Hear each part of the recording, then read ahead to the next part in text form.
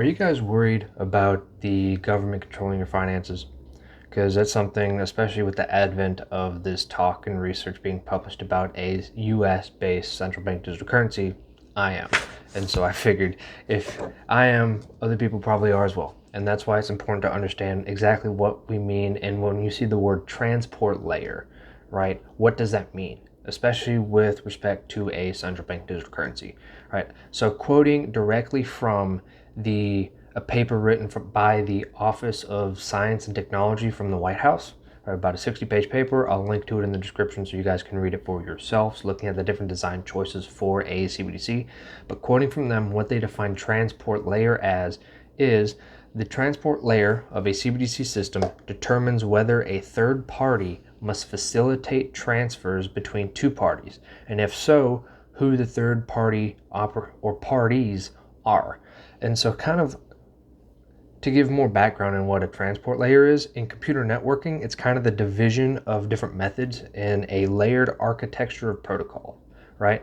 And so basically, how is this going to be structured? Are third parties involved?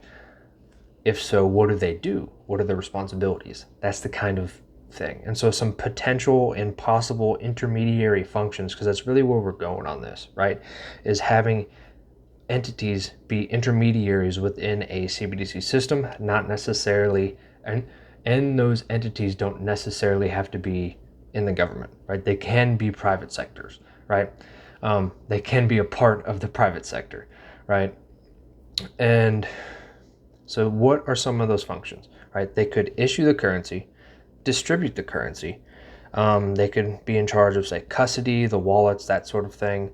They could validate transactions. They could settle those transactions, provide customer service, provide a user interface to be that sort of thing so that you can actually use it or it's user friendly. I know from my experience dealing with, we'll say, GUIs and that sort of thing. If it doesn't work well if it's not user friendly, it's a very bad time for everyone involved trying to use it. But at least to me, the biggest one would be anti-money laundering and counter financing terrorism kind of compliance, right? That's not something I want to do. I don't want to deal with that. But it is something that the private sector already has regulations and systems to deal with because they have to do this for the commercial banking system now. And so having them in there, I think there is an argument for that, right? And do we necessarily want to give all of that power to a central entity, or do we want to have it kind of be distributed about private sector entities throughout the entire system, right? Kind of looking at it in that respect, right? And so, again, kind of touching on a bit of an example, and you can really tell how looking at the different design choices, there could be varying degrees of lesser or more intermediation between the system. And so I really want to go into depths of the pros and cons of both. If we have less, what are the benefits, also some drawbacks, and then also if we have more, are there benefits, drawbacks, and that sort of thing. And so I will put two cards for the videos for those, each one going more in depth in the pros and cons of each one individually, right? So pros and cons of less intermediation, and then the same thing for more intermediation, right? And so that being said, that's pretty much it. How is this important, right? And why is it important? Because you have to understand, where the power is kind of structured throughout the system as a whole. Because if you don't, you could leave yourself to privacy concerns and that sort of thing that may or may not severely harm you in your future, right? Because if you don't understand how the system works, you don't know where holes are in the system that could really hurt you, whether it be with your data getting out, that sort of thing, right? And so, but also, if this control and power for these sort of services is given to, say, a government entity, how is that different from a private entity, right? Specifically, multiple private entities, and how does that work, right? Because you have to look at the incentive structure of which ones and what incentives are in place to kind of get the most benefit for you, and to understand that. And not saying like each individual person can, obviously they can't dictate how such a CBDC system would come out or how it would be structured, but at least in understanding the system, you could position yourself to be most beneficial for you, right? Or even just get out if that's an option, in understanding what you need to do and that sort of thing to prevent that and put yourself in the best overall position, which is one of the major reasons why I'm doing these videos, right? Is because it's something that the more I look into, the more I kind of get worried about it.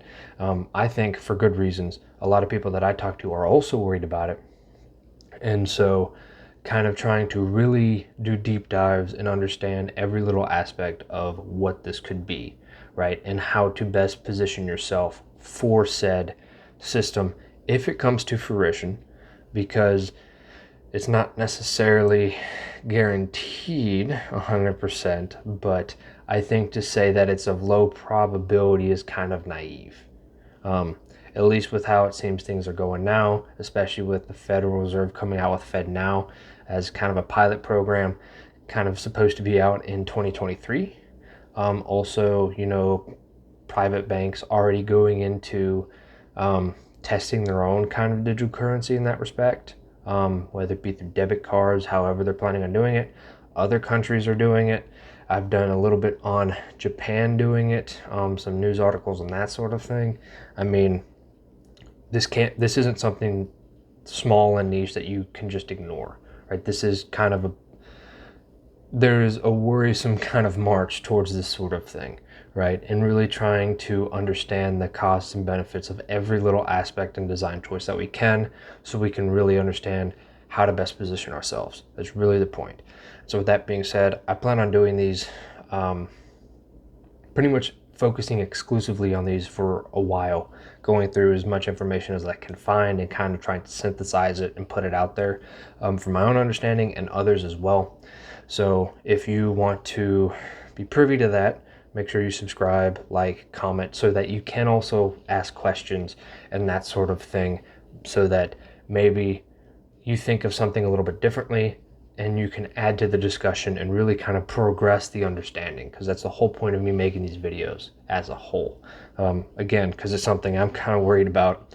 I know a lot of other people are, and so really trying to progress that discussion in a way. So with that being said, I will put 2 cards up for the pros and cons of less and then more intermediation within said system, and are within the CBDC system, and what kind of the benefits and so on, and going more in depth in that, right? And there'll be more, obviously.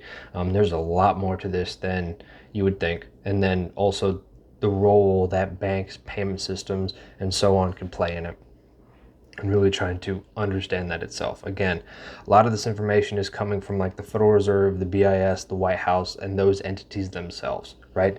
Like those are what I'm citing. So this isn't just some Reddit forum or whatever. This is like published papers, published peer-reviewed papers. Like that's the sort of things that I'm going through for these sort of things, or for this system as a whole, trying to understand it. So that being said, I hope I see you guys in the next video, and I hope you guys have a good night.